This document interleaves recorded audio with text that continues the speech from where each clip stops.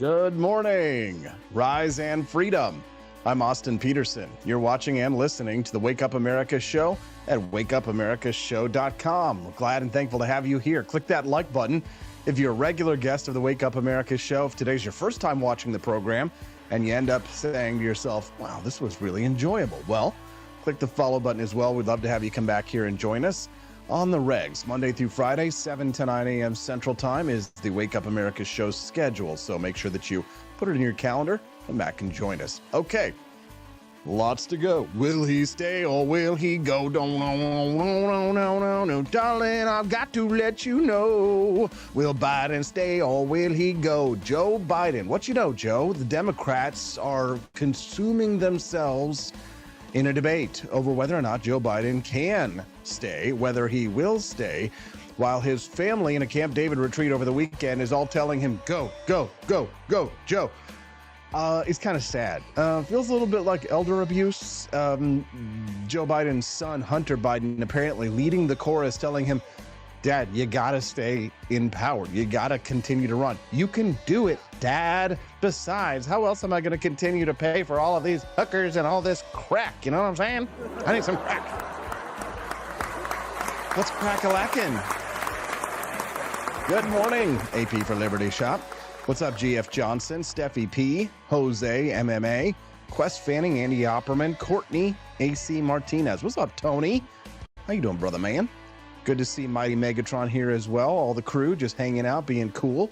We've got a lot to talk about this morning. And of course, I've got a billion clips to make you laugh, to make you cry, to make you punch your television screen, if that's what you're watching us on, or punch your phone or throw it across the room, of people reacting to the horrible debate performance by Joe Biden last weekend, which just, what did it do?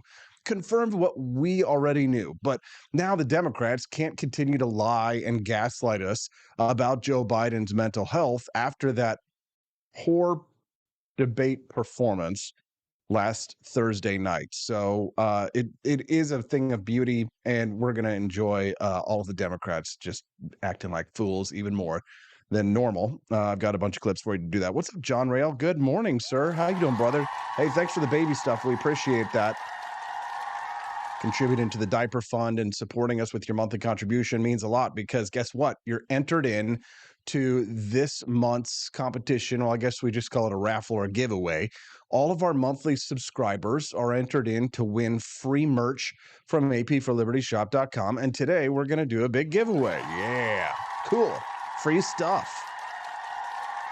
You're going to win an item from apforlibertyshop.com. So don't worry, if you're already a monthly subscriber on any of our platforms, you could be giving a monthly contribution either on Twitter or over on YouTube, or you could be doing it here on Rumble, or you could be doing it our wakeupAmericaShow.com/support website. No matter where you are doing a monthly contribution to the show, that counts for your entry. So if you're not and you want to be in today's entry, I mean, here's the thing. If you do a $5 a month contribution now, even if you canceled it next month, the item that you would win from apforlibertyshop.com would be worth a lot more than $5. So it would actually be a good value for you to go ahead and do it today. But then don't cancel it next month. Don't you want to support the Wake Up America show? Don't you love me? Come on. So stick around to the end of the show, because we will be giving away a free gift from actually, real quick announcements. A wonderful way to start the day.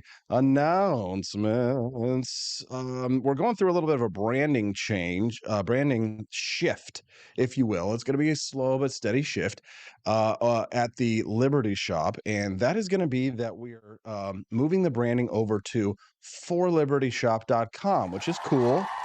I think makes it a little bit easier to say. You don't have to say AP for Liberty Shop and then like P, or is it T? And it's like, oh, is it T at Liberty Shop? Is that the at symbol? It's like, no, it's just forlibertyshop.com. What do you mean, boo? It's still me, still AP, right? It's just a little bit easier to understand the For Liberty Shop. Plus, if I manage to get the annual sales up to $250,000 a year, then at a 4X valuation, I can sell that for $1 million. You know what I'm saying? So, and besides, I think people if one day I decide to sell it, they don't want it to be AP for Liberty Shop, just the For Liberty Shop. Besides, then if there are people who hate me, they don't like AP, they're like, oh, I don't like Austin Peterson, I'm going away.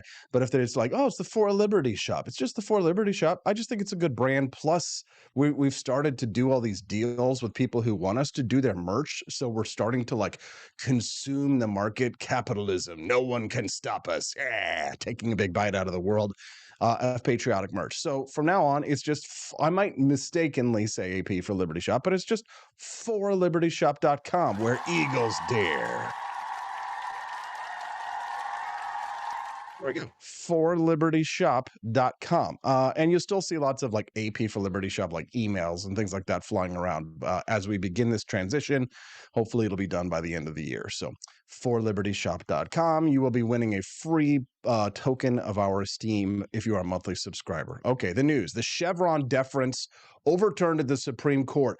The gutting of the administrative state has begun. Yeah! Oh my God, there's so much good news to talk about this morning. I'm so excited to talk to my old buddy, Joseph Louis Trotter III, who will be joining us this morning at 7:30 a.m. Central Time, so a little bit less than 30 minutes from now, to talk about why the Chevron deference might be a bit of a double-edged sword. While we're all celebrating and popping the champagne this weekend over the Supreme Court's overturning of a rule that should have never happened in the 1980s, there are some potential dangers to the Chevron deference that we should be aware of, so that going forward, we know, with both eyes open, exactly what we're faced with here. But overall, in general, it's a good move. It's something to be excited about. The Supreme Court curtailed the executive branch's ability to interpret laws that they're charged with implementing. So this gives the judiciary more say in what federal agencies can do. So the idea is that if the EPA, if there's a law that has been passed, the EPA doesn't get to interpret that law. The courts interpret the law as it was written, as it was supposed to be when the Constitution was written. But there are some potential dangers to limited government with this ruling that Joe Trotter will explain at 7:30 a.m. Central Time. So you don't want to miss that conversation. Today is July the 1st, which means that Stephanie is officially 9 months pregnant today, which we're all excited about, right? Yes, lovely.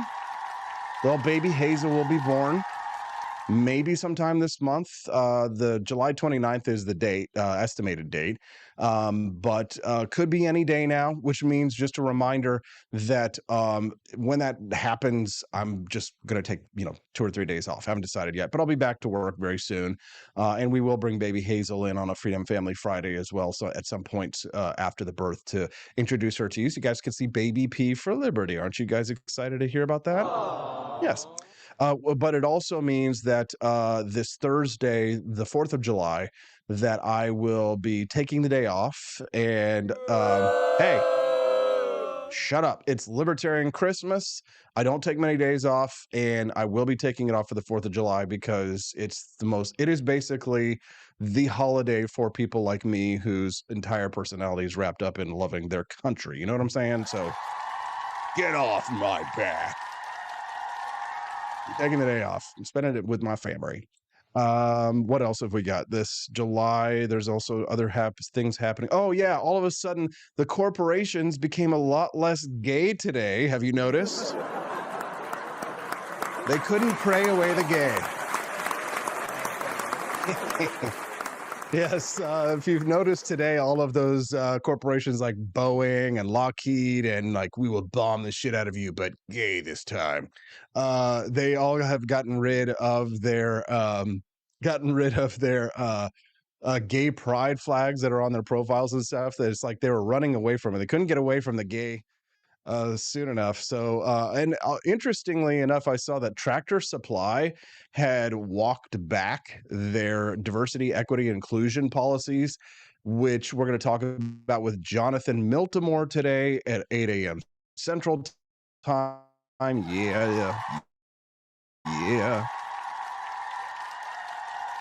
We're going to have so much fun. This whole month is just going to be awesome. I can't wait to have a baby and to be a dad. And I spent all last weekend building baby furniture for Hazel. So we had like her pack and play, and we had her crib, and we had like her like rocking chair thing and all kinds of stuff. And then we built her high chair and all that kind of stuff. And if you ever want to feel stupid, build baby stuff because it's just we've definitely like installed things on backwards and then had to take them off and reinstall them. So I don't know, maybe I got baby brain myself, but yeah, had a lot of fun over the weekend building baby stuff, doing a lot of mowing. It was a gorgeous weekend. Hope you had a good one.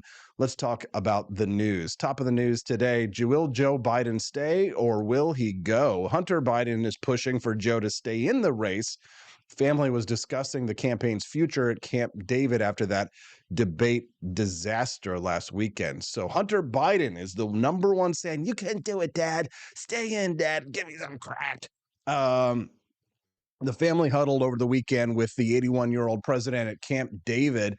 Biden's disgraced and convicted son is leading the charge, trying to get his father to stay in the race against Donald Trump, claiming he wants the country to see his dad as the man that he knows he is still: feisty and able to command. Hunter, that's not nice, Hunter. But I noticed this morning that hold on one second. I'm getting a message from my staffer who needs a code, and I just sent it to him because he's listening to the show anyway. Upload a file, and now you have it. So there you go. It's in the Slack channel, bro. Somebody posted this video of Beau Biden, that is the president's deceased son, former Attorney General of the state of Delaware, who made this what do you call those ads when they're like, oh, public service ad, several years ago. Take a listen. Hi, my name is Beau Biden, Attorney General of the state of Delaware. Here to talk to you about something that's very important to me and to my office: senior abuse. For every one of these types of crimes that's reported to our office, 5 go unreported. But 2 million senior Americans are affected every year. And 80% of these crimes are committed by family members against their so-called loved one. We need your help. Seniors need your help. So if you suspect that anyone is affected by any of these crimes, please contact our elder abuse hotline. Quick, somebody call the elder abuse hotline in Delaware. Yes, very sad, very sad. You hate to see it. You hate to see it. President Biden's relatives, including his closest advisor, his wife Jill, are under no illusions about the debate, according to sources from the New York Post. They know his performance was disastrous. He was mumbling, he was stumbling over words, and then also blankly staring into space at times. But many of them, including Hunter, believe he still has enough wits about him and in the fight in him to win. So picture yourself as Joe Biden, okay? Obviously, you're going to have trouble just understanding things at some point. Listen, my dad's the same age as Hunter Biden, and every once in a while, my dad will be like, "Get the thing and put it on the thing," right? But he's not the president of the United States. But my dad is way more cognizant, has way fewer senior moments than Joe Biden, right? I mean, a lot of us have seen this. But imagine yourself in Hunter Biden's situation, right? And the number one chief cheerleader telling you to stay in is the crackhead son, convicted on multiple felony charges, and he's the number one guy telling you to stay in the race. At that point in time, I think you might, even if you've got like a few marbles rolling around in your head, you'd probably be like, "Danger, danger, danger, Will Robinson," and say to yourself, if this is the guy who is like the number one pusher for me to stay in, maybe it's not a good idea. And I'm hearing a lot of chatter online saying, "Oh, he can't quit," or even if he dropped out, he's still going to be on the ballot. Or they'll say, "Oh, well, in Ohio, it's past the deadline, blah, blah, blah." But I mean, that sort of goes against everything I've learned from 20 years in politics. The Democrats will just cheat. Here in Missouri, for example, we had a politician who died on the campaign trail. His name is Mel Carnahan. He was killed in a plane crash. It was too late to take his name off the ballot. So they just interpreted this as, well, we're just going to put his wife in the position because the dead guy won. And then his wife just took the position, which to me should be highly illegal. You can't just give a government job to someone who didn't win the election if that's not the person who it is. I mean, it's just this is how politics works. So if you think that the Democrats won't just change the rule and just say, "Oh, well, yeah, they voted for Joe Biden, but it's going to be Gavin Newsom. We're just going to put Gavin Newsom in there." It's just what it is, right? Thank you to Southcott for becoming a monthly supporter. Appreciate you, brother. You are entered to win. The monthly prize giveaway is going to be at the end of the show today. And thank you to Quest Fanning for your $2 donation. He says, I literally thought Biden's tweet, "I don't know what you did last night, but I spent 90 minutes debating a guy with the morals of an alley cat," was satire. It wasn't. Kind of sad. And along with those donations, that brings us to $7 towards the $60 goal. Every day we produce a mini documentary that's bonus content for the Wake Up America show. And today's mini documentary you can unlock if we raise at least $60 by the end of the show. And you can either make donations, become a monthly supporter, super chats or Rumble rants, or you can also go to forlibertyshop.com and make a purchase over there. Buy some coffee. That's what I recommend for people who are new to the shop. Head on over to forlibertyshop.com. My favorite is Thomas's Painkiller Coffee. So buy a box of that, try it. I promise that you're going to get addicted. It's so delicious, and you'll keep coming back to the store. So head on over to forlibertyshop.com. And if the purchases add up to $60 by the end of the show, instead of watching commercials when I have to go to break in order to bring on a guest, you can watch the Wake Up America show's bonus content, which is a lot more fun. You know what I'm saying? You know what I'm saying? Support the doc and baby Hazel. Okay, so I've got a million billion clips. Let's get to them before we talk to Joe Trotter at ALEC, American Legislative Exchange Council, about the Chevron deference. I continue to think we have to make fundamental changes in civil rights. Oh, this is Joe Biden, and from 2019 to 2024 for the audio podcast listeners. I continue to think we have to make fundamental changes in civil rights. And those civil rights, by the way, include not just only African Americans, but the LGBT community. He wants to get rid of the ability of Medicare I did not oppose busing in America. What I opposed is busing ordered by the Department of Education. That's what I oppose. Making sure that we're able to make every single solitary person eligible for what I've been able to do with the COVID. With dealing with everything we have to do with. Look, if you will determine the outcome of this election, vote. If you're able to vote early in your state, vote early. If you're able to vote in person, vote in person. Vote whatever way is the best way for you, because he cannot stop you. And I'm going to continue to move until we get the total ban on the total initiative relative to what we're going to do with more Border Patrol and more asylum officers. President Trump? I really don't know what he said at the end of that sentence. I don't think he knows what he said either. Look.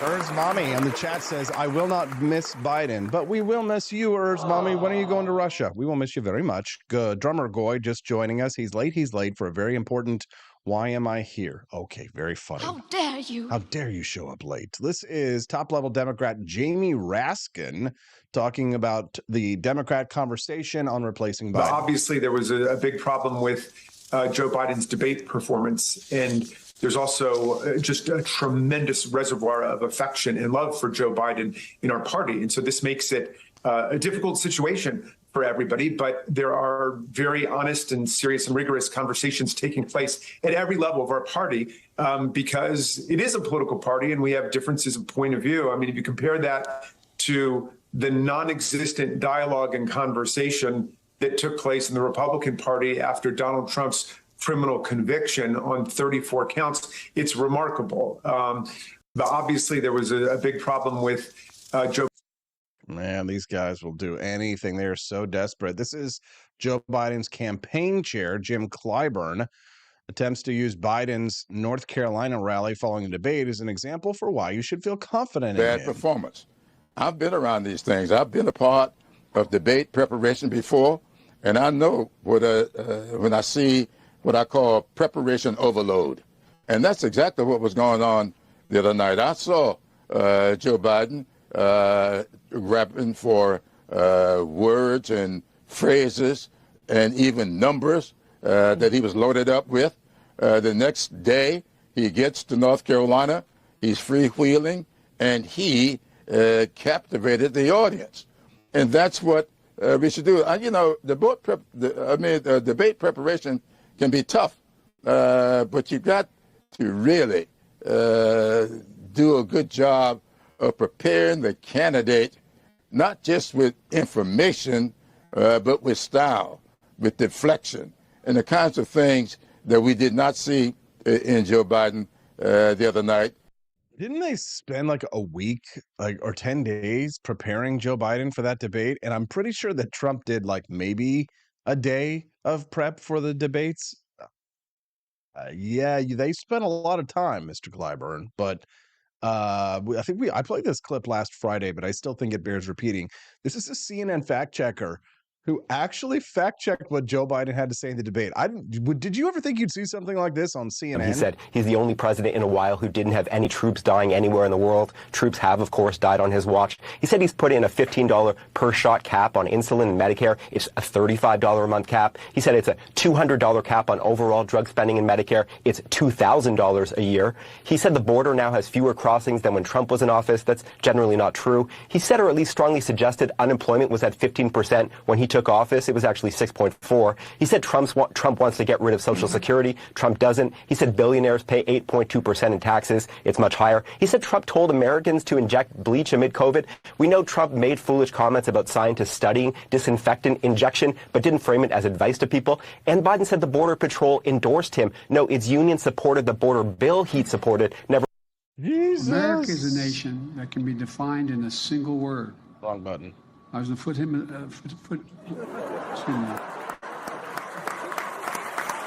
Now, Bill O'Reilly. Remember good old Bill? Bill O'Reilly thinks he's got a scoop he posted over the weekend. Here's a Biden update from Bill O'Reilly News headquarters. He says the decision has been made that the president will quit the campaign. 2 reasons. Democrat internal polling says he cannot recover from the debate, and fundraising is drying up. He says, so it's over for Joe, but the White House doesn't yet know how or when to make the announcement. Stay close. A lot of people were questioning Bill O'Reilly's credibility in this tweet.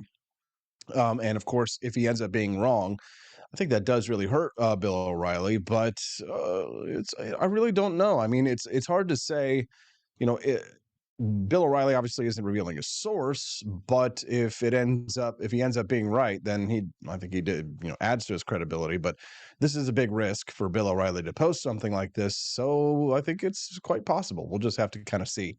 Delaware Senator Chris Coons says Joe Biden is the only Democrat who can beat Donald Trump. Well, let me ask you, you don't think that Joe Biden is the only Democrat that can beat Donald Trump, do you?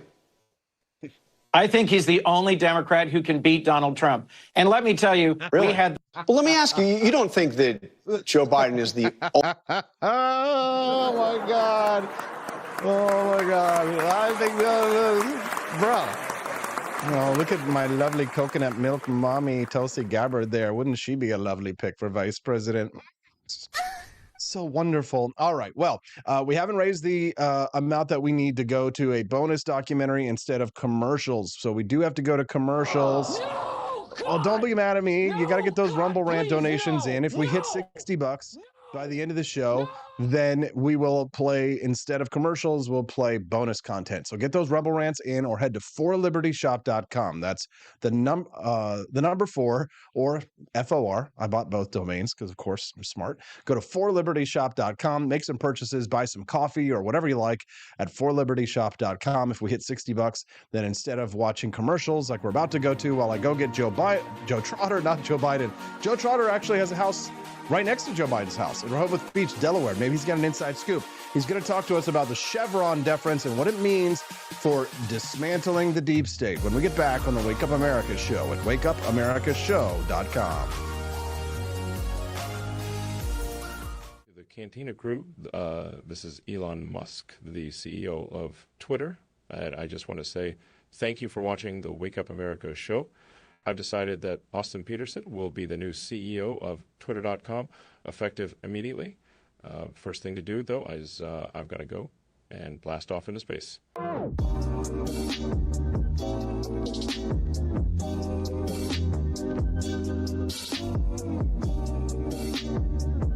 If there wasn't going to be somebody who was a fiery champion of liberty, somebody who would get out there and who would be aggressive, and if they wouldn't do it with more fire or passion than I had, then I would go and I would fight this battle for us. I've fought for the principles that we all share. Parties tend to be secondary to me. We're here because we believe in the principles of liberty. I am not a perfect messenger, but I think I'm a damn good one. This is a replica of our first president's flintlock pistol.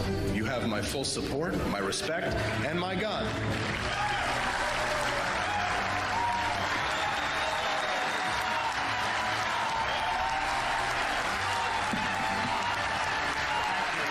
I think that the heart of my philosophy is much more libertarianism than well, that's the fashionable word these days, I guess. A conservative is no longer just that. He's a libertarian and always has been.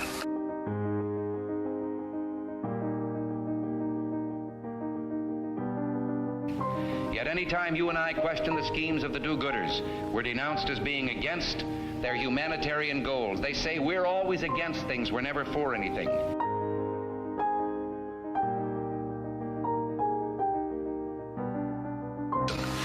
What is fascism? Fascism is private ownership, private enterprise, but total government control and regulation.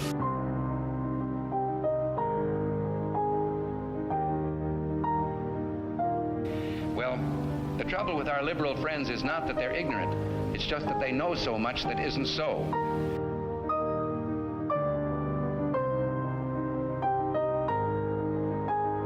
If we lose freedom here, there's no place to escape to. This is the last stand on earth.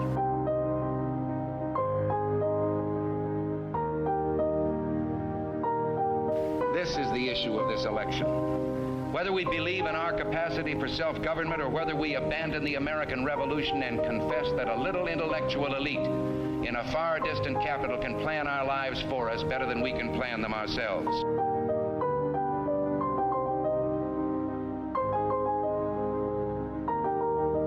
The conservative, so-called, is the one that says less government, get off my back, get out of my pocket, and let me have more control of my own destiny.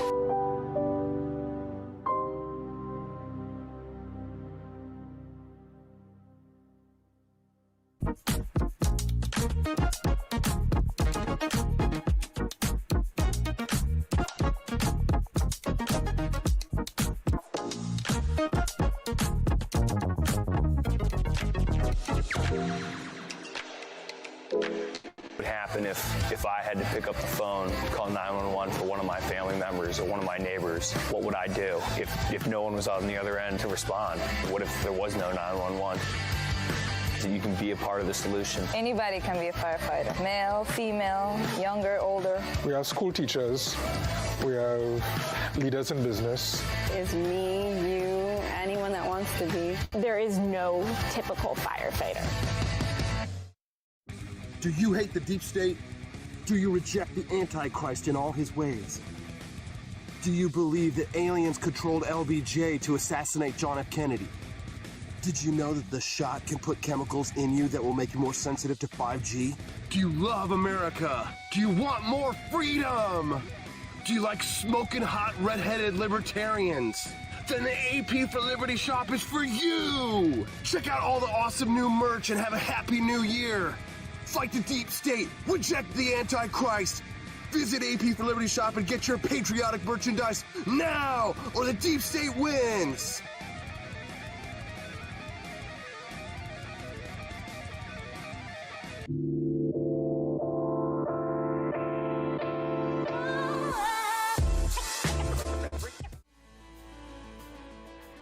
Welcome back to the Wake Up America show. Austin Peterson here, Rise and Freedom. Nice to see you all here with us today. Don't forget to click that like button. Help to support the ideas of economic freedom and personal liberty. If it's your first time watching the Wake Up America show and you're saying to yourself, damn, this is good content, I'd love to watch this show again. Well, you're in luck. 5 days a week, 2 hours in the morning, from 7 to 9 a.m. Central Time, the Wake Up America show streams live. It's the best way to enjoy the show. Yes, we do cut the audio of the podcast and upload it to the show later. However, I didn't do that last Thursday and Friday, and I got a text message from somebody who was like, No, God! No, they were nice about God, please, no! No! No! So make sure that you try and tune in with us live here at rumble.com/AP4Liberty. Tune in 5 days a week, 2 hours in the mornings. It's a freedom extravaganza, economic freedom and personal liberty. This is the place to be. All right. Well, my next guest is going to talk to us about a major, massive Supreme Court ruling that occurred last Friday. And while we're both celebrating it because we love this land of liberty and think that the proper role of government is to have checks and balances, he says that there's a double-edged sword involved. Chaos is a ladder, but the Chevron deference may be a sword. Joining us live to discuss is my good friend, Joseph Lewis Trotter III, from the American Legislative Exchange Council, joining us live right now. Good morning, Joseph. Nice to see you, brother. Morning. Good to see you. All right, Joseph. So you just pee-peed in my Coke on Friday. I was really excited about the Chevron deference getting overturned. So why don't you just start with the good news? You know, tell us what this means. What is the Chevron deference? Explain it to us like we're 5 years old, right? And then let's talk about why there might be some dangers involved. So take it away. So the Chevron case, the good news, this started a long time.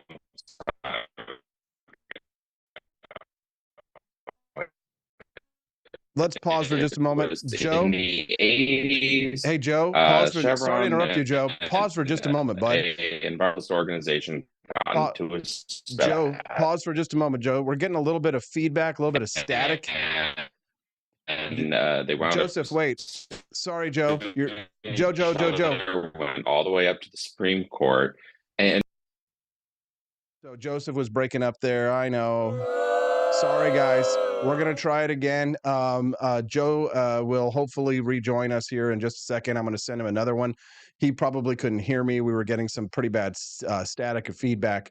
Hopefully we'll have a better connection. So here's what if I had a producer, he could tell him bad connection. But since I don't, I'm doing this live myself, right? I'm spinning a billion plates, trying again, check email. Here we go. All right, let's send him another invite. Copy the link, and I have to do this all live and in front of everybody. So it's like, here I am holding my butt. Hold on to your butts. Here we go. Joe, compose, J. Trotter, and there you go. All right, send it to you. Okay, so while we're waiting for Joe to hopefully get fixed here, let's talk. I'll just give you a real quick overview. So the Supreme Court on Friday curtailed the executive branch's ability to interpret laws that they are charged with implementing, right? So this gives the judiciary more say in what federal agencies can do. Now, this matters. It's a land big time for people who want to abolish the deep state or essentially pare back their powers. This was a 6-3 ruling along ideological lines and overturns the 40-year Chevron deference doctrine. It could make it harder for executive agencies to tackle a wide variety of policy areas, which of course we think is a good thing. Axios, which is a blog I'm reading right now that covers these things, obviously doesn't think it's a good thing because they love big government. Now, this would include things like environmental and health regulations, as well as labor and employment laws. Chief Justice John Roberts is the one who wrote the opinion. Here's what I'm going to do real quick, guys. I'm going to go to a quick standby screen. I'm going to go talk to Joe and check the connection, and I'll be right back. So stick around. And we're back. Okay, so it seems like we got a little better connection with our buddy Joe Trotter, who's live with us right now. He is with the American Legislative Exchange Council. Joe, are you there? I'm here. Okay. And happy to be here. Glad to have you, Joe. So the Chevron deference essentially makes it so that the administrative state, they don't get to interpret laws. That goes back to the proper role, the judiciary, correct? Well, so it still allows them to interpret, but the courts do not have to defer to the government's definitions. So it is a huge win in terms of rebalancing between the judiciary and the legislative branch in saying, hey, the federal or the executive state can't turn around and essentially say, this is the way. The judicial branch can go ahead and say, you're not quite right. So that's the really good news. This is even better because basically, yeah, it is a huge win. But at the same time, before we get to the bad part of it, just real quick, so we can set it all up, because I want people to kind of make sure we understand what's at stake here. The reason that the Chevron deference came to be initially was because there was this somehow this belief that judges don't have an expertise in a particular field, like health or in like oil drilling or something like that. So the thinking was, well, we just hire these experts at these bureaucracies to do that job. We need to defer to them because the judges don't understand the subject matter. Is that about right? essentially, yes. Okay, so then the Chevron deference gets overturned. 40 years it's been in place. What could this mean? On the good side of things, we are going to get to the negative side of things here in the suit. But what could this mean in terms of like future decisions that could be made? I mean, it is possible. Obviously, we could have judges who don't have subject matter. But I mean, how much power is the deep state, if you will, losing here? Quite a bit in the sense that under Chevron, and under the way all this administrative procedures work, basically every time there's a new administration, they could rewrite pretty much every regulation exactly how they want. So people, companies, just industry as a whole wouldn't have regulatory certainty. Every 4 years, everything could change on its head. And that is terrible for an economy, terrible for long-term planning, terrible for like the businesses that basically make our modern world go round. So that's why this decision is a great thing.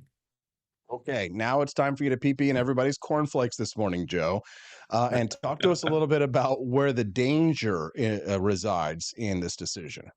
The danger lies if the legislative branch does not write laws that are specific and still leaves things up to these executive agencies. If they aren't clear on their language, a judge can go ahead and say, hey, this activist group has better data, and I think they're better experts than the government ones. So I'm going to listen to Everytown for gun safety, or I'm going to listen to uh, the whatever environmentalist organization.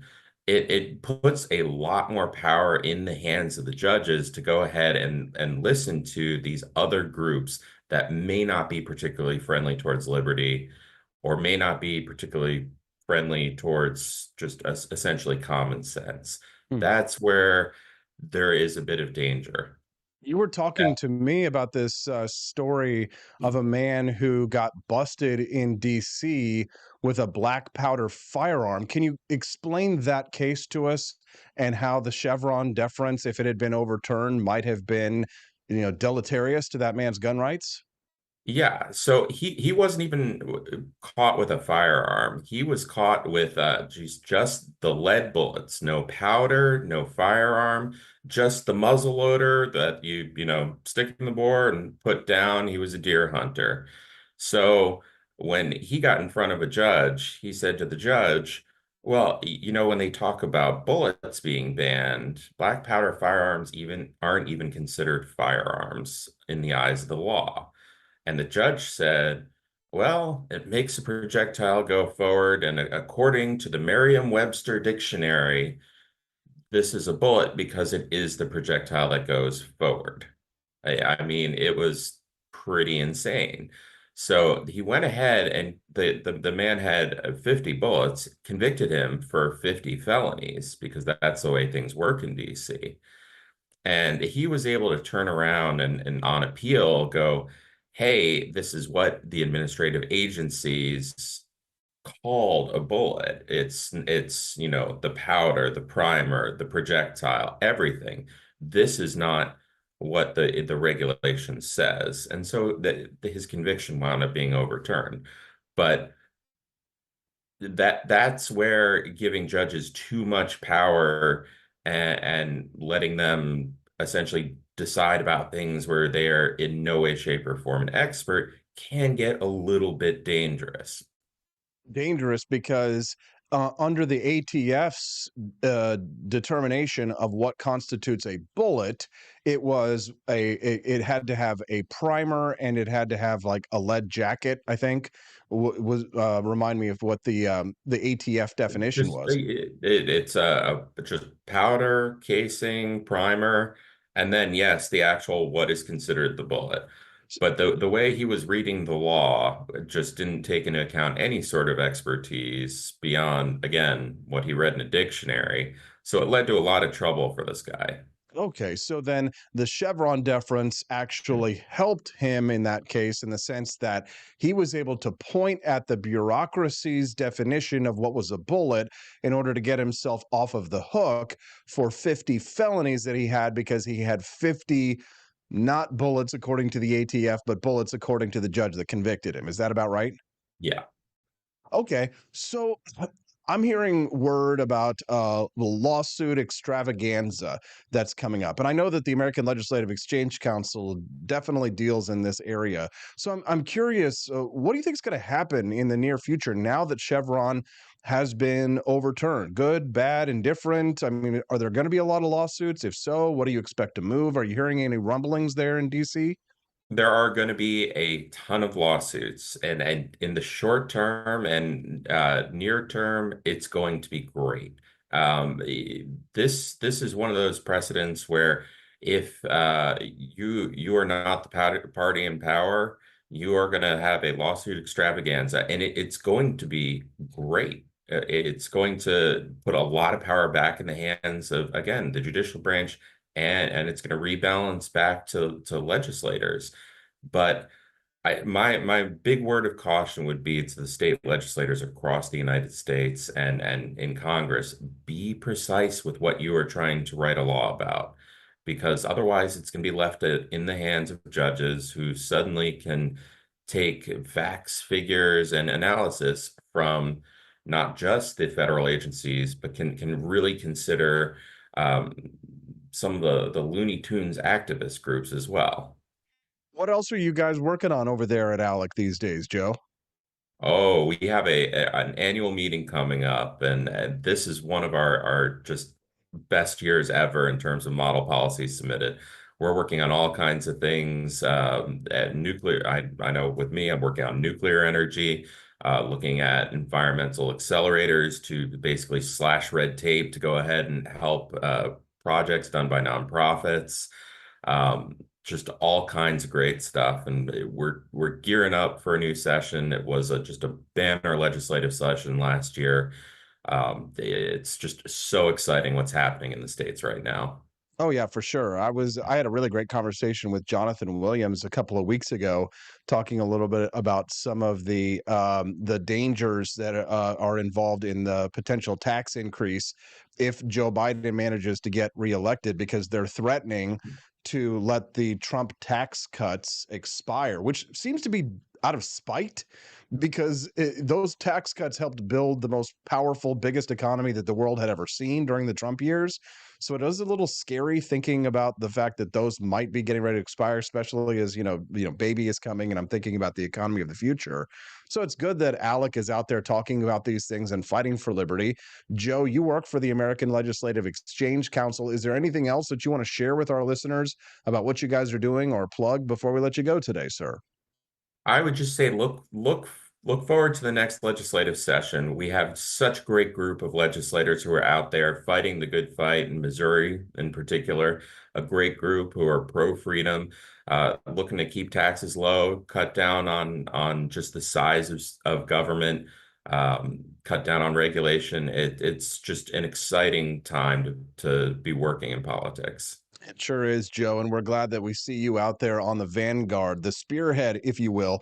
Joseph Lewis Trotter III from the American Legislative Exchange Council, ALEC.org, and of course, follow him on X at the Trot Spot, TROTTSPOT. Thanks for everything you do out there for freedom, Joe. We appreciate you, sir. Have a wonderful day.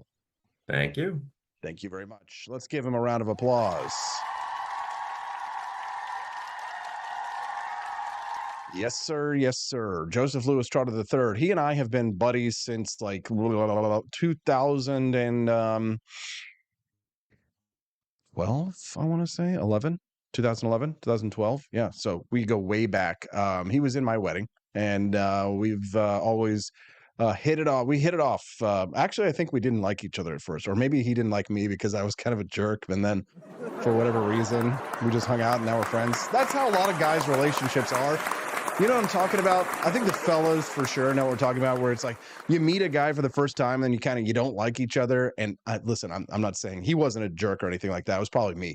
But then after like a couple of times seeing each other, then you're just kind of like, all right, it's cool. You're over it. And then suddenly you become best friend. Did we just become best friends? Yep. Joseph is one of those guys. So make sure that you follow him over on x.com and visit the For Liberty shop, because we got John Miltimore coming to join us here in about 12 minutes now. We're all excited. It's Mondays with Miltimore. And so instead of watching commercials on the Wake Up America show, I know you guys, excuse me, burp, burp, burp, disgusting. I know you guys would much rather watch the Wake Up America show's mini documentary. So if you want to watch the mini documentary, the 5-minute mini documentary, then please get those Rumble Rant donations in, or head to forlibertyshop.com. That's the number 4, forlibertyshop.com. So head on over there, buy yourself some sweet Liberty merch, and unlock the bonus content. If we hit $60 by the end of the show, then you will unlock today's mini documentary. Right now, we've got, I believe, $7 towards the $60 goal. It is what it is. So let's see how the numbers are doing over on x.com. Have we got a few people watching the show today? Let's see. What are the numbers? What are the numbers?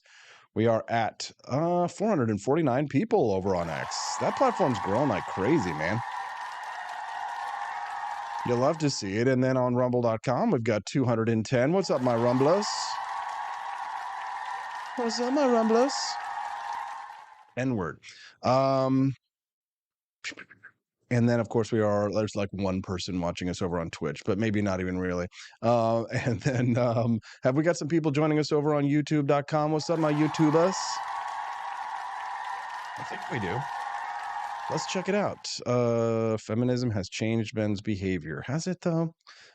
Oh, gross. Somebody just showed me a picture of Joe Biden sniffing Harry's sis on, or whatever that. You know, a little sissy kid.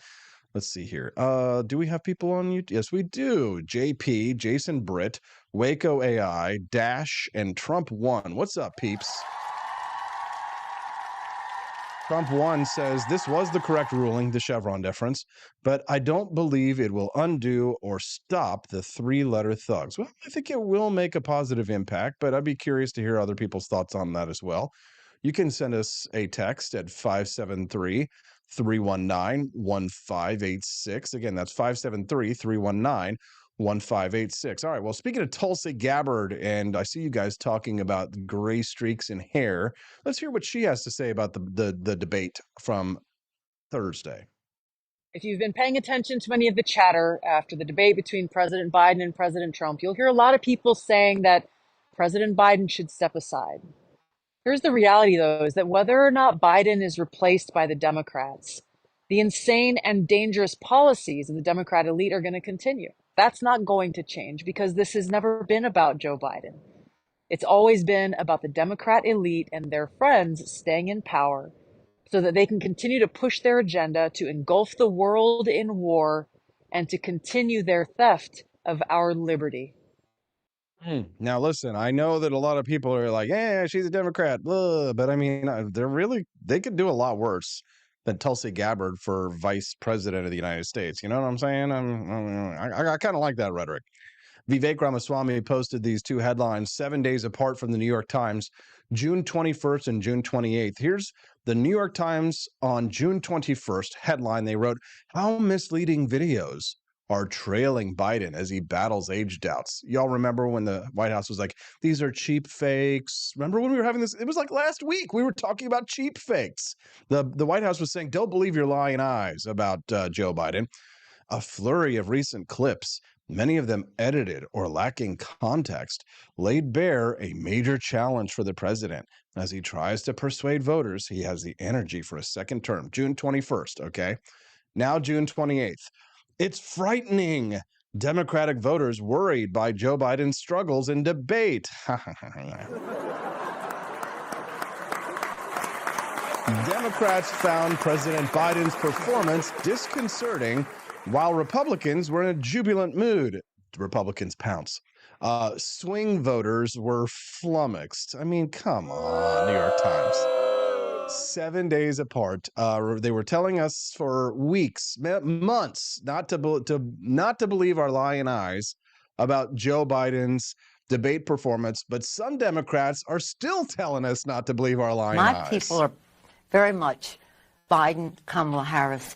And this is an opportunity for Joe Biden to go out there and show he has the stamina and the rest. And by the way, while the press, and for some reason they don't, there are healthcare professionals who think that Trump has dementia, that his connection, his thoughts do not go together. My people are... Oh, my God. It's Trump. It's Trump that has dementia. I mean, this is just chef's kiss, beautiful moment there. Joe Biden is totally fine. We're all on board with Joe Biden. And it's actually Trump that has dementia. You just can't pay this kind of stuff. I love to see it. I'll play that clip for you of that lovely lady in just a moment here. Let's see. Remember that CNN fact check that we played where that guy was like breaking down all the lies that Joe Biden told during the debate when he managed to be able to speak? Brian Stelter is out there running interference for the Biden campaign. Take a listen. Look, if you're in a battle between someone who lies really confidently versus someone who mostly tells the truth but really incoherently, mostly tells the truth, really, Brian Stelter. If you're in a battle between someone who lies confidently but mostly tells notice he didn't call Joe Biden a liar. Is always going to win.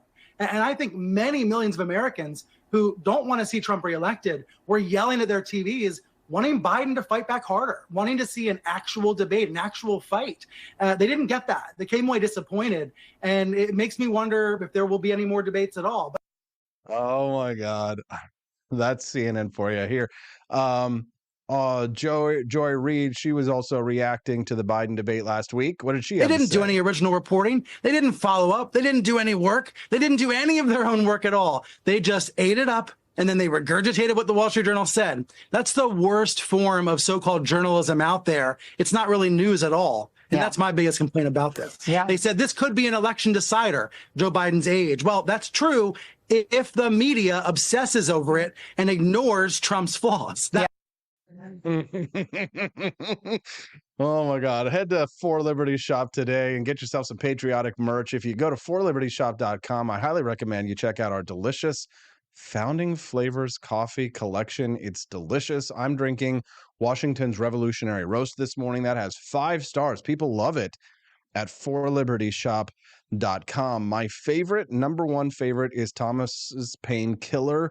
But for the top 3, it's definitely Franklin's Electric Elixir, Jeffersonian Java, and Thomas's Painkiller for me. But Madisonian Morning is definitely a close one. That's a light roast up there. Remember, the light roasts have more caffeine. So if you like delicious coffee, definitely check out 4libertyshop.com and get yourself some delicious Founding Flavors coffee. Buy a box now so you don't have to watch commercials, because we are about to go to get John Miltimore, the managing editor of the Foundation for Economic Education, to talk about, well, they say you can't pray away the gay. but maybe a lot of prayers actually worked. Thoughts and prayers, because all of a sudden the corporations got a lot less gay, including Tractor Supply. We'll talk about that when we get back on the Wake Up America show at wakeupAmericaShow.com. Love you guys. You're amazing.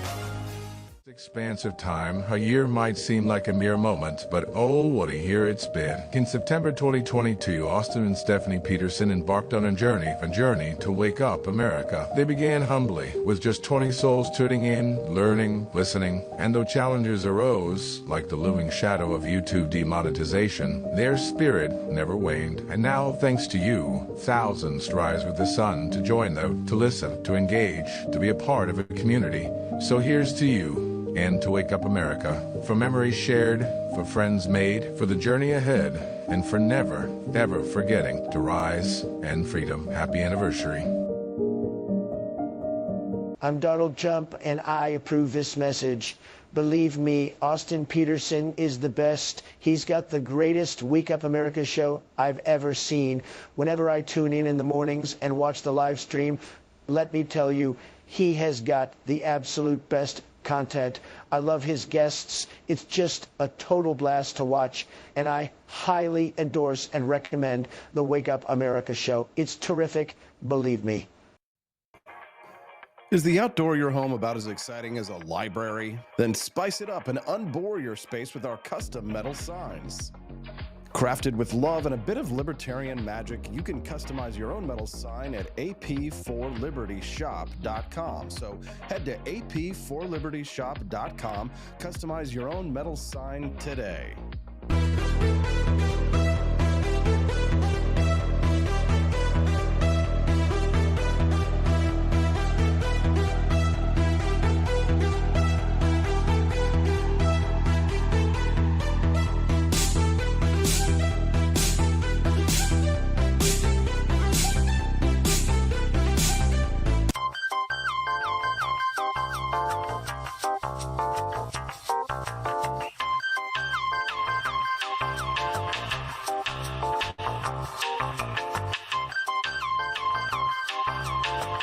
Welcome to a world of vocal discovery at Peterson Voice Studio.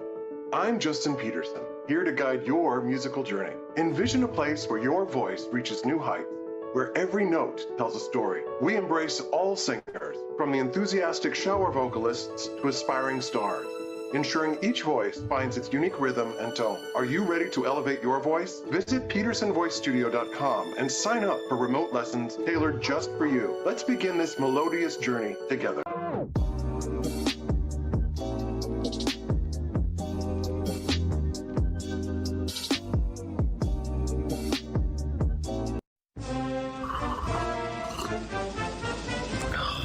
Tired of spending your hard-earned money on woke corporations that don't share your pro-freedom values? Fed up with sipping liberal lattes and progressive cappuccinos? Introducing Founding Flavors from AP4Liberty Shop. Get your day started with Washington's Revolutionary Roast. As robust and principled as the man himself, this blend is the shot of energy heard round the world. Or maybe you want to taste the fervor of freedom with Adams's Patriotic Perk. It's as dynamic and balanced as the U.S. Constitution, sure to awaken your spirit of liberty. For the aficionados, we've got the Jeffersonian Java, a complex mix of flavors that speaks volumes about your refined tastes. And don't forget Betsy's Liberty Lullaby, our decaf option, crafted with the same care and dedication Betsy Ross put into our Star-Spangled Banner. This blend lets you enjoy the taste of freedom anytime without losing sleep. No woke beans here, folks. Just pure, patriotic, pro-freedom flavors brewed with love for liberty. So why compromise your principles for a cup of coffee?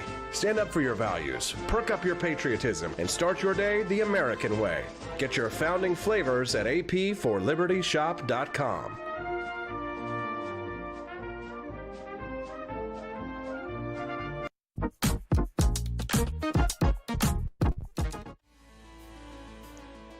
Welcome back to the Wake Up America show. I'm your host, Austin Peterson. It's time to rise and freedom. We're glad and grateful to have you here. Click that like button. If it's your first time watching the Wake Up America show, we'd love to have you be a regular guest. If you click the follow button, you can find us much more easily and join us every Monday through Friday from 7 to 9 a.m. Central Time. That's the Wake Up America show schedule.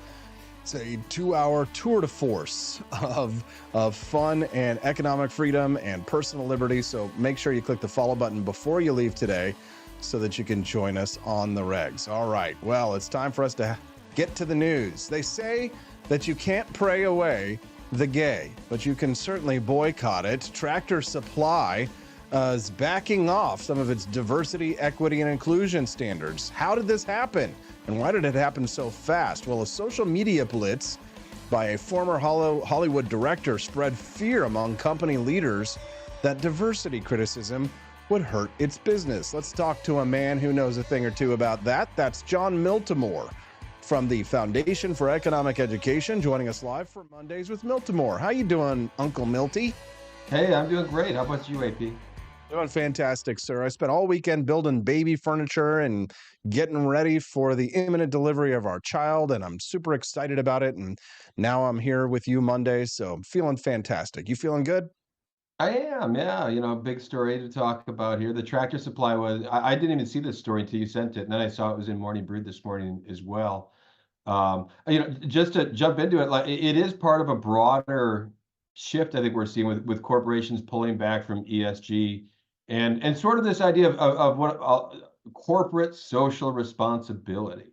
And it's one of those phrases, it goes back to the 1950s. And the idea is it's not enough for corporations just to, sell stuff to customers anymore, right?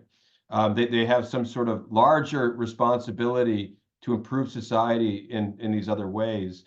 And there was people back, you can go back to, Milton Friedman had a famous op-ed in 1970. He said that the social responsibility of business is to increase profits.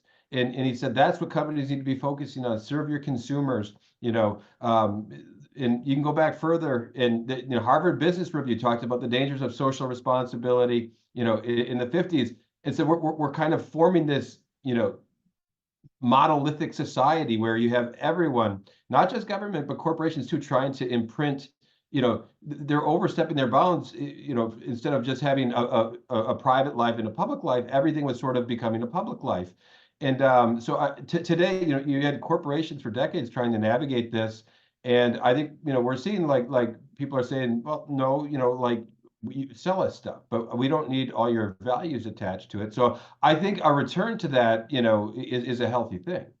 Well, here's the thing, John. I mean, how stupid do you have to be an executive at Tractor Supply and think that flying pride flags and pushing DEI initiatives is a good idea for your bottom line? I mean, it's like, do they not?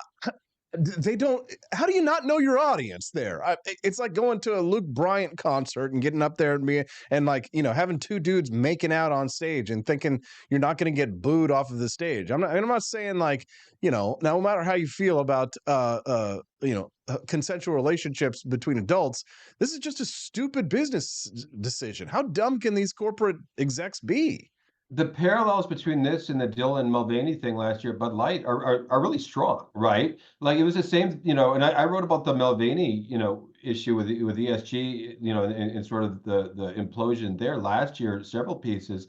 And it's similar, right? Like corporations need to be serving their consumer. You need to be thinking about your consumer. Who is your consumer? And I think, stupidity, but also arrogance in this idea that we're just going to impose our values and not really worry about our customer and how they feel about these things.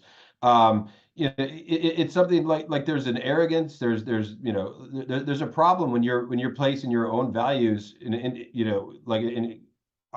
on others and simply ignoring what your consumers might think about these things, and put aside all the LGBT issues. Like think about what your consumers actually want, and think about what, to go back to what I was saying before, think about what your actual job is, as a corporation is. It's to serve your consumer, it's to serve your shareholders, and to make workers happy because they're going to help you, achieve A and B on that list. But companies for a very long time have really looked at it like it's their province to be, these values are what we believe in, and we're going to make others, we're going to champion those values and make sure that you see how important those are. Not everyone might like those values, and it is kind of a contrast, like I'm told today to wish someone Merry Christmas is triggering. because, well, those are your values. You can't be, assuming. And I think that's silly? Yeah, but what they're the dichotomy there is really powerful. Saying, Merry Christmas is wrong because you could hurt someone's feelings, but are we going to think about other consumers who might not like the environmental, lecture, or Burger King, lecturing them about climate change and all these things? It's a very bizarre landscape. Well, I just don't understand this is just a social question here. I don't understand people who feel the need to flaunt their sexuality in other people's faces, right? It's not the 1970s where people needed to fear being in the closet for whatever reason. But I mean, like, there's this desire to like push your fetishes out there into public that would never be accepted, by the way, by straight white males like ourselves. And honestly, women can get away with it too. If you've got a microphone and a video and you just go, you got to give him that hawk too, then you can become a huge viral star. But if all of a sudden I let slip that, oh yeah, I like choking and slapping around a woman in bed and stuff like that, all of a sudden it's like, people will be like rightfully outraged that I'm talking about my sexuality in public. They'd be like, how dare you? My children are here. And it's kind of like, why is it that the left, like, number one, feels the compunction to talk about their sexuality and display their sexuality in public, and two, to display such a glaring double standard about who can actually express their sexuality in public? Melissa Chen had a great tweet about that just this morning. I think I retweeted it. And just saying, like, guys, when did it become okay to just put our sexual lives and nudity and these things out in the forefront? Like, these are things that should be private. Now, is that a conservative attitude? It kind of is, right? But I believe that is the case, that, we don't need to we need to have a distinction between public life and private life. Yes. And that's been breaking, that eroding for a very long time. And it goes back to kind of that Harvard Business Review piece I was saying, like, we don't want public life and private life blurred in this way. And it's actually kind of a earmark of a fascist society, when all that stuff gets blended together. And we need to kind of think, no, it's okay. We have our views and we live our lives, but we don't need to always, make others accept our views. And there's a place to share certain things and a place not to. But for whatever reason, our society has really lost a sense of that. And I'd like us to get some of that back. What you do in your bedroom is your business. And I think that's something, like libertarians accept that, right? Like, we're not trying to get in your bedroom and tell you how to live your life, but we don't always need to be trying to force others to come around, and to see things like we do. Yeah. But you have it in corporations, you have it in government, you have it in schools, in all these places. You have it in churches to even more so. Like, it's not just the gospel you're getting these other messages. But it's funny too, because like the gay community would have us believe that these pride parades are not inherently sexual. But I saw a video just this last week of a pride parade where it showed dozens and dozens of fully naked people, unclothed, walking down the street in public in full view of children, twerking and behaving sexually in front of children. It just, that's the kind of thing where, like, somebody, like, they deserve to be arrested, right? They deserve to go to jail for doing that kind of thing. Brad Palumbo, I hadn't seen that video, but Brad shared that, and I saw it, and I'll be honest, like, even in 2024, I'm kind of shocked by that. I'm like, oh my gosh, and like, he found it embarrassing. Michael Malice and Dave Smith had a conversation on this recently. I think it was last week, and I was watching, and they said, they kind of talked about it like a bait and switch, which there was this, like, look, we just want to be protected. We just want to be left alone. We want to have the same liberties, as everyone else, the same civil liberties. And that's an argument I think we need to say, hey, that they're absolutely right about that. But it kind of turned into this other thing, like with the parades, and to even disagree at any point, like, suddenly you're the pariah, and like, you'll be attacked, and you have to support that, and that's not healthy. Like, we need to have a society where, that's a pluralistic society. No, we can have different agreed, we don't all have to agree on everything here. We can have different views and accept each other and say, you go your way, I'm going to go my way, and all of that's healthy. But what we have today is really a collapse, I think, of shared values, and everyone's trying to force their values on one another. And a lot of us are like, I just don't want to get me off this ride. It's too much. Yeah, I have to say thank you to Courtney Conover and to Andy Opperman for their donations on the Rumble Rant side of things. Thank you for that. We've raised, looks like $32 towards the $60 goal to unlock today's bonus content mini documentary. You don't want to miss it. It's one of my favorite parts of American history. Look, it's Liz. She donated $5, says the shows are killing it. I'll kick in. Thank you very much. So $37 towards the $60 goal. Thank you for all of your support. We appreciate that very much. And of course, you can visit forlibertyshop.com as well to buy some sweet merch for your money and help us to hit that $60 goal. We're talking to John Miltimore from the Foundation for Economic Education about the Tractor Supply reversing its decision to implement diversity, equity, and inclusion protocols at its store after a massive backlash. Let's talk about the backlash itself, John, because frequently I hear from the more what you would call authoritarian right-wing types, right? The authoritarian right conservatives, right? They're above the authoritarian line on the political compass, who say that, we really need the government to step in and to ban these things. We need the government to step in and to prevent these things because they didn't think that we have enough social clout to make changes through a libertarian preferential method of boycotts. This seems to prove that conservatives and libertarians and the right in general has the kind of social clout to be able to make these companies turn on a dime if we all act in concert. Isn't that really one of the most important lessons in this? Oh, I think, boycotts are, of course, way, way more preferential than any sort of government action, which I think government action is probably just going to make things worse. And it's going to, that phenomenon of blurring of public and private life is probably just only going to get worse. And so I think, it's showing who knew that Tractor Supply was doing this? I didn't, but I'll go back to it. Like corporations need to say, you know what? We're going to get out of the values game, like trying to pick which values we think are the best, and we're going to go back to corporate profits. We're going to go back to serving our consumers. If they do those things, it's not just going to benefit them, and it will. It's going to benefit society because that is the role of the corporation. And over several decades, they've been going more, like I said, where you have Burger King doing climate change commercials and all these things. But the worm really is turning on that. It's interesting.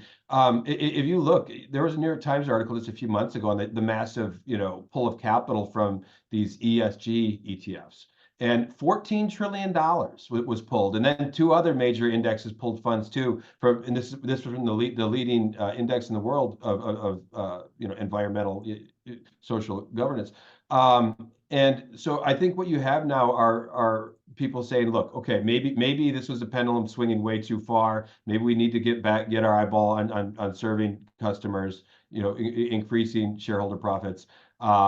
All this environmental and other value stuff we're trying to impose, it's backfiring. So I hope that I think there's a much broader shift, and this is just one example of it. And it shows that conservatives can be effective if they don't like this stuff. They can kind of raise some attention and say, look what the tractor store you go to, look what they support. Do you support that? And apparently it was having some effect because they watched this for several weeks and then they decided okay, we got to pull the plug on this. I know over the last week they saw probably 11-12% drop in share price. So they felt some pressure and they reacted to it. And that's certainly better than any kind of government intervention on this front. John, can you talk to us a little bit about your thoughts on the regulatory overhaul with the Chevron deference that's the Supreme Court overturned last week? Do you have any thoughts off of the top of your head about that decision? Well, I saw that decision when it came out. I was very excited about it. Now I haven't read the opinion yet, but I'm going to do some put some thoughts together on this because it's a huge case. And we have to look. Do we really want these executive bureaucratic agencies writing their own rules? And that's what's happening. You can everybody's like, oh, we can't get courts involved. We need to let the experts, But if you look at the actual opinion, which I haven't read, but I know the high level details of that case. You had a fishing business is what I believe it was, and they were had to pay all these duties to the government. It was like $700 a day, even though the law didn't say that. But the agency interpreted it that way, and said no, sorry, fork it over. And no, we don't. There's no worse way to manage anything than just giving a bureaucracy the ability to interpret a vague statute and then impose its will like that. And the courts are saying, no, we've gone too far with this. We need to have, courts that actually can interpret those laws. And will there be a certain like messiness to this first? Maybe, but again, obviously it's better than just having the bureaucrats deciding these things themselves. Interesting. For those who are tuning into the Wake Up America show right now, enjoying the content, click that like button. And if it's your first time here, subscribe to the channel by clicking follow. We'd love to have you be a regular guest of the show. Every Monday, my buddy John Miltimore joins us here. We call it Mondays with Miltimore. He works for the Foundation for Economic Education. We've been talking a little bit about the stunning reversal of DEI policies at the Tractor Supply Corporation. And now we've moved on to talk a little bit about the Supreme Court decisions that have been handed down, specifically the Chevron deference. They're calling it a gutting of the administrative state. The idea that courts actually are engaged in their proper role in interpreting the laws that are written by Congress, rather than just simply deferring to bureaucracy or the deep state. See any way this could possibly backfire at all on people who are for limited government, John, or do you think that this is just a total win? I think it's a total win. No, I think it's, like I said, like anytime you get, lawyers and courts involved, there might be instances that, you're going to disagree with the specific rulings and things. But no, this is no way to govern. And it's going to actually force Congress to legislate, right? Like they can't just hand over authority to a bureaucracy and say, okay, we want you to kind of do stuff. Like they have to legislate what the power is and get, granular in statutes. And that's what laws should be. But I think, over the recent years, we just had, lawmakers and bureaucracies have kind of gotten lazy and they just get kind of blanket authority to do these things. And that hasn't helped anyone except the bureaucrats. John, on to politics now. I wonder if you have either watched the presidential debate from last Thursday or seen enough clips to make a determination of your thoughts on the current mental state of President Joe Biden. Yeah, I didn't watch the debate live. I kind of was following it on Twitter, and then I watched some clips afterwards. No, it was pretty sad, right? Like I'm not a fan of Joe Biden. I think he's a lifelong politician who over the years has showed he's a politician. He can kind of say whatever he needs to. He's expanded government in so many ways. He was for the drug war and helped, as an architect of that before he started singing a different tune. But watching him last week, he's starting to fail, right? He's getting old. We probably all have a relative or two we've watched that kind of got in this state, and it was it brought back memories, for me, like when someone started to fail a little bit like that. I'll make no predictions of what's going to happen. I will say this really does reflect poorly on media, who for weeks and months said, like, all these clips going around, those are deep fakes or cheap fakes or whatever you want to call them. That Biden is sharp as ever, and there was this sort of monolith of opinion about like how healthy and fit he was. And then on a dime, they said, "Oh my gosh, he needs to go." Like it looks really foolish the way that was done. But whether or not Biden can be just replaced at the drop of a hat, these things aren't easy, and who's going to replace him, that's a big question. But I think the chances of him being a nominee, again, I'm no political expert, I would say they're probably maybe 50-50 right now. I don't think they're very good. Yeah, see, a lot of people are saying it's too late to replace him, but they forget that they're the government and you're not. And it doesn't matter what the law is, because they'll just either break the law and apologize for it later, or never apologize for it and rewrite it so that ex post facto they can simply just justify whatever actions that they take. Did you know that here in Missouri we had a story about a politician back in the early 2000s, Mel Carnahan? He died in a plane crash, and they replaced him with his wife, even though, he was on the ballot, he was dead, he won the election. So they just decided to put his wife in there in the job. I was not aware of that, but I've seen similar things in other states, right? Like where, and it was successful. So yeah, I think there's all kinds of things they could do. Don't forget their convention is not until what, like mid-August, mid to late August. So they got a lot of time. There's probably contingency plans being worked up. Ultimately, I do think it's going to kind of fall onto Biden, or as some would say, Biden's wife, who I think has kept a certain amount of pressure on her. It's funny, if you read history, I've noticed like some first ladies loved it more than their husbands, right? I think U.S. Grant's wife was one. She just loved it, couldn't leave, and I think she helped convince Grant to run for a third term, even though that had never been done, and he was breaking precedent by doing it. But she loved it, and you see other first ladies hated it. I think Jill Biden loves it. I think it's gonna be very hard for her to leave it. I think she is kind of somebody that wants the president to stay there and has kind of kept him, protected. But I think, like Democrats, they're starting to read the writing on the wall, and they're seeing his chances of actually winning. Look at betting markets right now. Like Biden's plummeting, his chances of actually winning, being the next president are very small. I think they're less than 20% in betting markets right now. So I think we will see more pressure on Biden to pull out. Now, John, I know that you have like non-terminal Trump derangement syndrome, just a tiny bit, okay? Just a little bit of TDS. So my next question for you might be a little tough one, but I'm going to ask you to take a deep breath before you answer and tell me honestly, do you think the country is going to be better off if Donald Trump takes over from Dementia Joe? I think in many ways, sure. I think we'll see better policy out of a Trump administration if we see a second one. I still think being, like little things like manners and character, they do matter. I worry that Trump's gonna, if he could get off Twitter and kind of actually, get away from the cameras a little bit, I think that would, help a Trump presidency. I don't know if he's capable of that. But this nonstop political warfare isn't good for the country. Maybe that's going to be the case no matter who the nominee is, whether it's Biden or Trump. Maybe that's just a new state of affairs. But that's not healthy. And I do think there is something about Trump that magnifies that, because he is so combative. And let me just say, I think Trump was treated very unfairly in a lot of ways. If you look at, after he was elected president, everybody said, no, this was the Russians. He was put in there by Putin. They tried, they impeached him, I don't know how many times. They had a special counsel trying to, the Robert Mueller investigation, the criminal prosecution now. So I think Trump has been treated very unfairly. That said, I won't be voting for him in November. I just think we need to kind of move on from Donald Trump. I think it's not healthy for political discourse in America.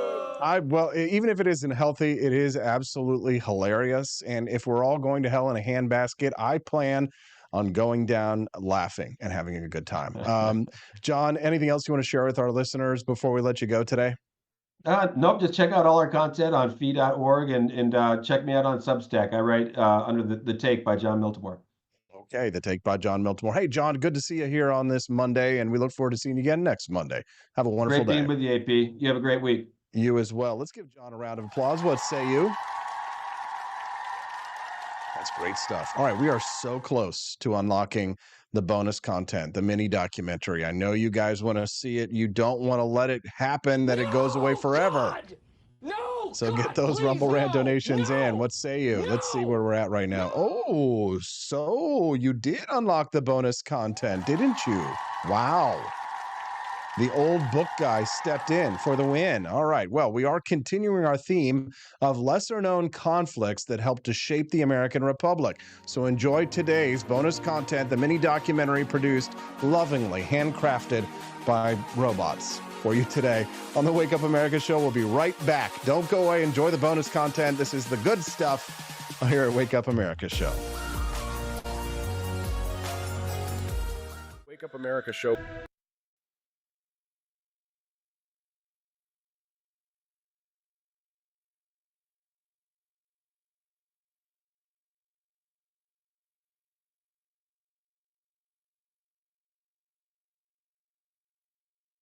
If that's what you call them, that we've ever had. They can't stand it. So let's get that straight. And they like me more than just about any of them. And that's based on every single bit of information. As far as Russia and Ukraine, if we had a real if that's what you call them, that we've ever had. They can't stand it. So let's get that straight. Good morning. Rise and freedom. I'm Austin Peterson. You're watching and listening to the Wake Up America show. at wakeupamericashow.com. We're glad and thankful to have you here. Click that like button. Let's have some fun. Join us for the regular schedule. Monday through Friday, 7 to 9 a.m. Central Time. The Wake Up America Show streams live. It's a great way to start your day. It's a 2-hour tour de force. I hope you enjoyed that bonus content, the mini documentary about lesser-known wars that helped to shape the American Republic. That was the Chinese Boxer Rebellion, one of the more interesting parts of American history when U.S. Marines held off a fort against Chinese cultists that were a martial arts cult. Sounds like an awesome movie. Have they made a movie about this? They probably should. If you've never been to the U.S. Marine Corps Museum in Quantico, just outside of Washington, D.C., I highly recommend it. Most people, when they travel to Washington, D.C., they never go visit Quantico because they don't even know that the Marine Corps Museum is out there. Full-size dioramas of American conflicts from 1776 and beyond, including the Boxer Rebellion, the incredible story of the time that Chinese cultists, martial arts cultists, attempted to kick American, British, Indian, and other foreign nationals out of their country. It's an incredibly important part of the development of modern China. Modern relationships with China have been shaped by this rebellion and, of course, the Qing dynasty at the time, which has since collapsed. But the question of whether or not the Boxer Rebellion had something to do with it, I think I'll leave up to you. I do love all of the alternative history that you can read about it as well. Thank you for tuning into the Wake Up America Show and being a regular guest. If you are, we are going to do a gift giveaway at forlibertyshop.com. So if you are not a monthly subscriber to the show, right now would be a good time to go ahead and become a monthly subscriber so you can get involved and get into the giveaway that we're going to do from free merch from the the For Liberty shop. So if you're thinking about becoming a monthly supporter and you haven't done so yet, right now is a great time to do it, because if you do, then you'll be entered to win in the contest that we're going to do today to give away a free gift from forlibertyshop.com so you guys can so that you guys can man, what's going on here? Campaign unavailable. Why is it unavailable? Oh, okay. There we go. Here we go. Here we go. Get these campaigns. It's time to say goodbye to Starbucks and say hello to Rumble's 1775 coffee. Unlike other brands, this is a coffee that backs free speech and is unapologetic about it. Visit 1775coffee.com and use the promo code STUDIO to get 15% off. The coffee comes in medium and dark roasts. It also comes in pea berry, which is similar to Kona coffee. That's from Hawaii. In other words, the stuff is premium. Click the link in the live chat that you see right now or in the description. You can also go directly to 1775coffee.com and use the promo code STUDIO to get 15% off today. Thank you, Rumble, for that. We appreciate you. Nice to see. It looks like we're starting to grow in terms of our viewer count this morning. We're grateful to have all of our new friends this morning. I hope they'll click that follow button and join us Mondays through Fridays, 7 to 9 a.m. Central Time. Here we are. That's Look what at you this. call them, that we've ever had. They can't stand it. So let's get that straight. And they like me more than just about any of them. And that's based on every single bit of information. As far as Russia and Ukraine, if we had a real beef, if that's what That just makes me laugh so hard. Video was going viral of a widowed wife who was fact-checking Joe Biden's claims in the debate last Thursday that not a single soldier had died under his I've gotten a lot of watch. text calls and messages about Joe Biden's claim that he's lost no service members in the last 4 years under his administration, and everyone finds that ironic because my husband died 7 months ago while deployed under the Biden administration, and everyone expects me to be really angry about that statement, about him not remembering that sacrifice that my husband made. But here's a little secret. I was already fucking angry because when I had to fly for 12 hours for the first time with my 16-month-old to Dover Air Force Base, 8 hours after learning my husband died, to receive his remains back into the United States, you know who couldn't be bothered to show up to that dignified transfer? Joe Biden. I had to get on a flight 8 hours after I learned my husband died and fly for 12 hours with a breastfeeding 16-month-old and sit in the rain at 1 a.m. to welcome my husband, his remains, in a flag-covered casket back onto U.S. soil. But he couldn't be bothered. So no. I'm not angry about his statement. I've been angry for a long fucking time, and I've been knowing that he does not give a fuck.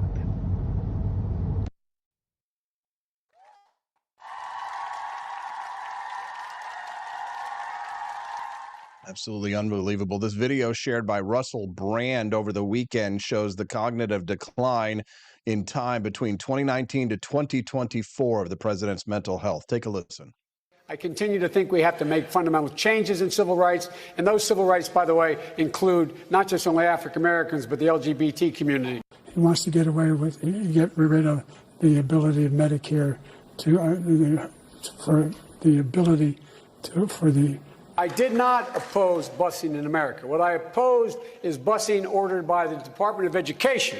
That's what I oppose. Making sure that we're able to make every single solitary person eligible for what I've been able to do with the COVID. With dealing with everything we have to do with. Painful. You will determine the outcome of this election. Vote, vote, vote. If you're able to vote early in your state, vote early. If you're able to vote in person, vote in person. Vote whatever way is the best way for you, because he cannot stop you. And I'm going to continue to move until we get the total ban on the total initiative relative to what we're going to do with more Border Patrol and more asylum officers. President Trump? I really don't know what he said at the end of that sentence. I don't think he knows what he said either. Look.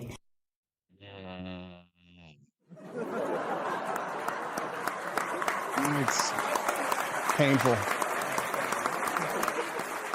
You hate to see it, and then you got some Democrats who are calling for him to step down, and then you got people like Nancy Pelosi saying things like this. Very much, Biden, Kamala Harris, and this is an opportunity for Joe Biden to go out there and show he has the stamina and the rest. And by the way, while the press, and for some reason they don't, there are healthcare professionals who think that Trump has dementia, that his his thoughts do not go together. My people are. What are you talking about? What? This makes no sense. All right, well, let's move on from politics for a few minutes to talk about one last subject before we end the show today, because the show does end at 9 a.m. Central Time. So click the follow button. You get 5 shows a week, 2 hours a week. That's 10 hours of content. So if you click the follow button, you get to watch me again tomorrow. Don't worry about it. But I read this article over at cnbc.com, and I don't really know what to make of it. So I'm just going to throw this at you, this list of the top 10 best U.S. cities to live in based on culture, education, infrastructure, and more. But since it's from CNBC, I can imagine that you guys know where this is going to go. But I felt like I was taking crazy pills when I was reading this article. So I'm going to throw this out to you, and I want to get your guys' take on this. Send us a text at 573-319-1586. Again, that text line is open. You can see it at the bottom of the screen. Let's see if I can get it. 573-319-1586.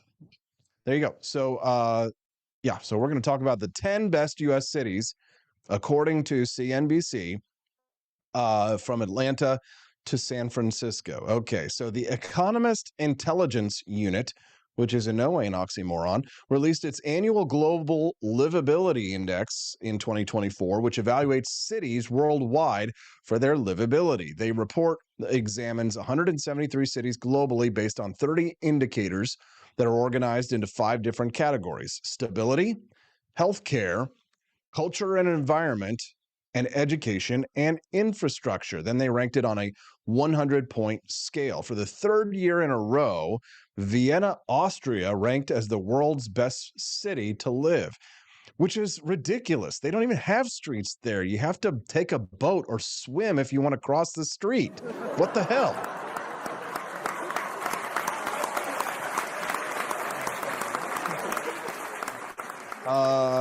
That makes no sense. Two of the more popular cities in America, New York and Los Angeles, didn't rank in the top 10. Oops. Yikes. How dare you? They came in 70th and 58th, respectively. Now, it's hard for me to debate, number one, because I've never been there, but many of you probably have. What are your thoughts on the winner for the second year in a row, the best city to live in the United States? Honolulu was ranked as the best city to live in, and it was ranked as number 23 on the global list, up from 25 in 2023. The Hawaiian city landed in the top spot because of its high scores on education, infrastructure, and stability compared to other cities. Living in Honolulu also means living in a city in one of the most expensive states in the United States. It ranked highly on based on an index of prices for a range of goods and services. So the cost of living in Hawaii is because of several factors, according to this report. But I mean, it is an island, so you've got to like fly everything in or bring it in by boat. According to the CNBC study, gas prices in the state are among the nation's highest. You don't say, Nick Cage face. Honolulu is also the western metro area with the biggest rent increase for one-bedroom apartments. Rent in the area went up by 3% from $1,783 in 2023 to $1,841 in 2024. Honestly, that's not too bad. I lived in New York City in an apartment in Astoria, Queens, and I had a pretty decent one bedroom, and it was like, I think it was like 700 or 800 square feet, and I think it was like $1,300. So to live in Honolulu, Hawaii, of course you're going to be under Democrat rule, but I mean, I don't know. Hawaii seems like one of those places where great to visit, probably wouldn't want to live there. But number one being Honolulu, Hawaii. Number two was Atlanta, Georgia. Are you serious?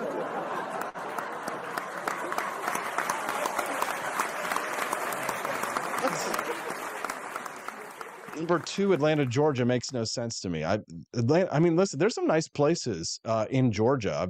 I got to spend 2 weeks in 2008 living in Marietta, Georgia. May have been a little bit longer than 2 weeks, but I lived in Marietta, Georgia because I was campaigning for the now head of the National Rifle Association, then presidential candidate Bob Barr.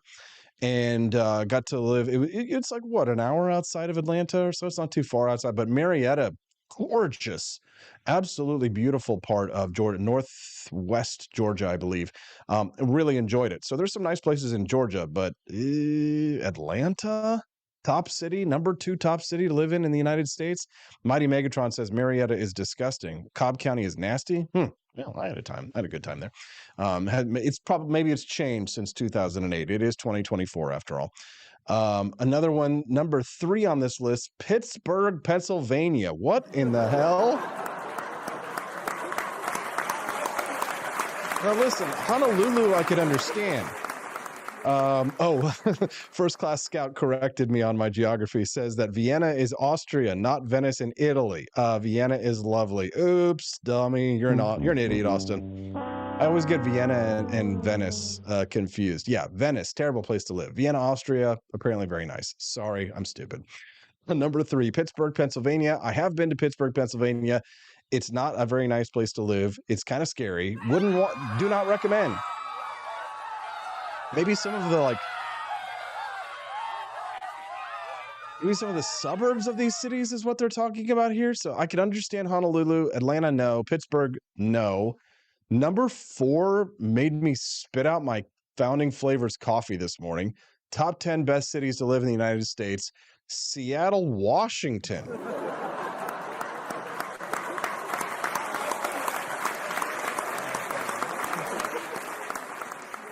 How about no? I visited Seattle, Washington when I was a kid, but now it's a leftist hellhole and it's dangerous. And It's lost its luster to me. What do you think? Number 4 top city to live in the United States, Seattle, Washington? No. Number 5 top 10 best cities to live in the United States. I know you guys are going to be like, gross, disgusting, how dare you? But I can see it because I did live not in DC, but outside of Washington, DC. Washington, DC came in at number 5. Washington, DC is nice to live in if you don't live in the district. I wouldn't want to live in Maryland just because you can't really have guns there, and it's too expensive. They do have great crabs and good seafood, but Democrats rule Maryland, so it's kind of a hellhole.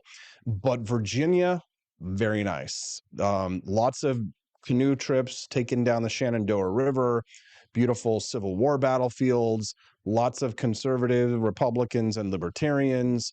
Arlington is quite nice. Northern Virginia obviously is, has feds everywhere. But there is a lot of culture in Washington, D.C. You can get access to good food. If you want to go to New York City to get a slice of pizza, you can get on the Acela train and be there in like 2.5 hours, I think, on the fast train, 3 hours. Otherwise, it's really convenient to get up and down the East Coast from DC. So if you don't live in the district, if you live in Northern Virginia, you're pretty safe. So can recommend that. But I'm a history nerd, so I love visiting the monuments and going to the battlefields and going to Quantico, Virginia to visit the Marine Corps Museum. So as much as I hate the federal government, I did like living outside of Washington, D.C. So number 6, In Jam says, I live in Atlanta. Oops, sorry. My bad. How is it there, In Jam? Would you recommend it? Would you say that it's the number 2 best city to live in the United States? Love to hear your thoughts on that one. Number 6 out of 10. This is where you guys are really going to laugh. Number 6 out of 10 in terms of the top 10 U.S. cities to live in. Are you guys ready? This is going to be fun. Number 6 city, top 10. Here's number 6. Chicago. Oh my God. No. Number 6 is Chicago, according to economists who, of course, destroy everything that they touch. Chicago, Illinois. It's like that'd be like living in, you might as well go live in Afghanistan, in Chicago, Illinois. Who wants to live in Chicago? Chicago suburbs. I mean, I remember going to, as a little boy, we went to Chicago right before things really went to hell. It used to be a nice city. Now it's dangerous and scary. Let's just not think about that. Number 7, in terms of the top 10 U.S. cities to live in, according to, again, this CNBC story and these economists who ranked global cities. Number 7 after Chicago, which I could kind of see to some extent, because there is a lot of culture there. It is the cradle of the American Revolution. Yes, you guessed it, Boston, Massachusetts. Okay, well, if you have to live in a city, I suppose you could do worse than Boston, but I don't recommend it. I mean, you got to have a lot of money to live in Boston. And here's the thing with Boston is New York is the kind of city where you could, when you move into New York City, you start out with nothing and then you can become somebody. If you make it big. You can make it big in New York and you'll be accepted and you'll get into all the right clubs. You'll be invited to all the right parties. You can go downtown to the meatpacking district and go to the bar called Plunge at the top of the Gansevoort Hotel where Jay-Z's sister-in-law beat him in the elevator.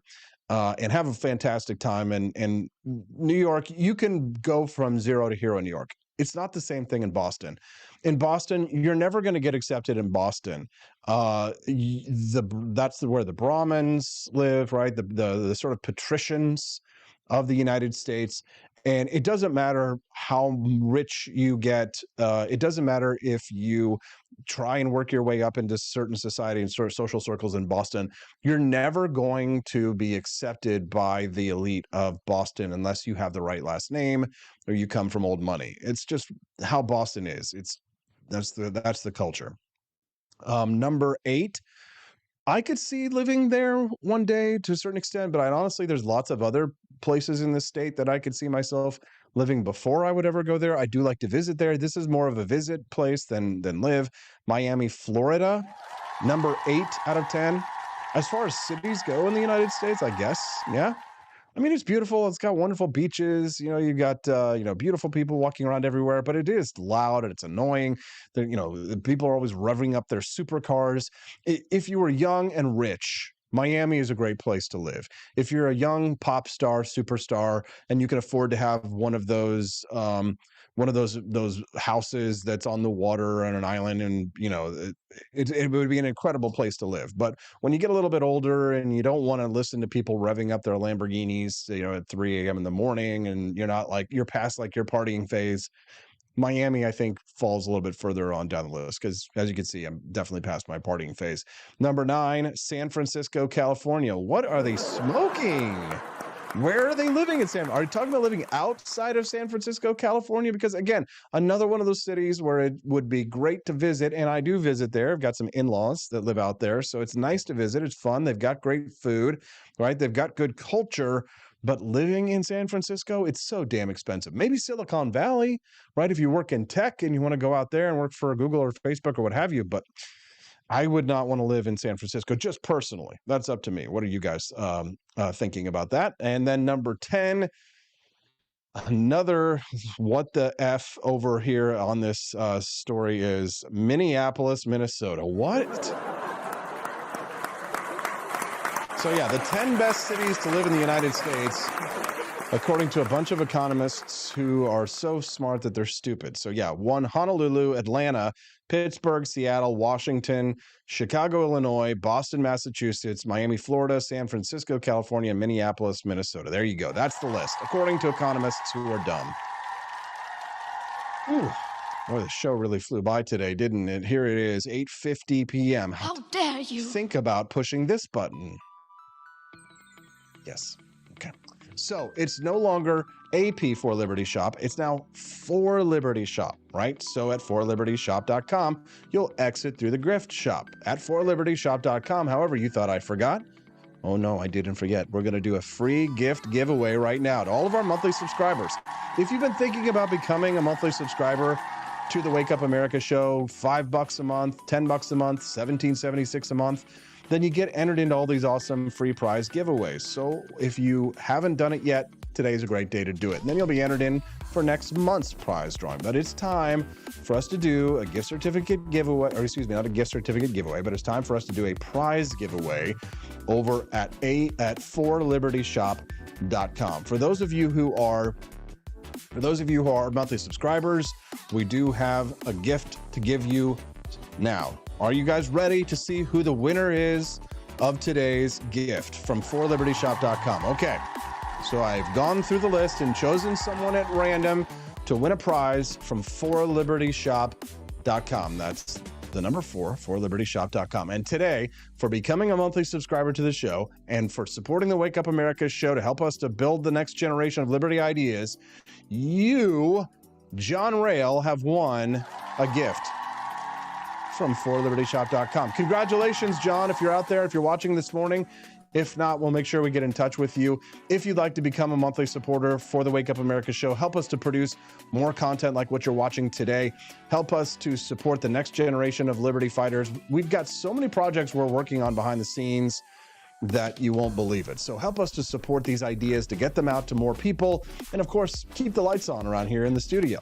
Become a monthly subscriber today. Go to wakeupAmericaShow.com/support and become a $5, a $10, a $17.76 a month member. Gets on the Peterson family Christmas card list, and you get a 20% discount at AP for Liberty, or excuse me, at forlibertyshop.com. It's going to take a while for me to get used to it. If you are the type of person who loves to buy stuff from forlibertyshop.com anyway, it might be a good value to you. $5 a month and you get a 20% discount. You'll save a lot more than that. So become a monthly subscriber today. Help us to support these ideas. And we'll see you guys right here tomorrow. Exit through the grift shop, forlibertyshop.com. And we'll see you guys here tomorrow on the Wake Up America show at wakeupAmericaShow.com.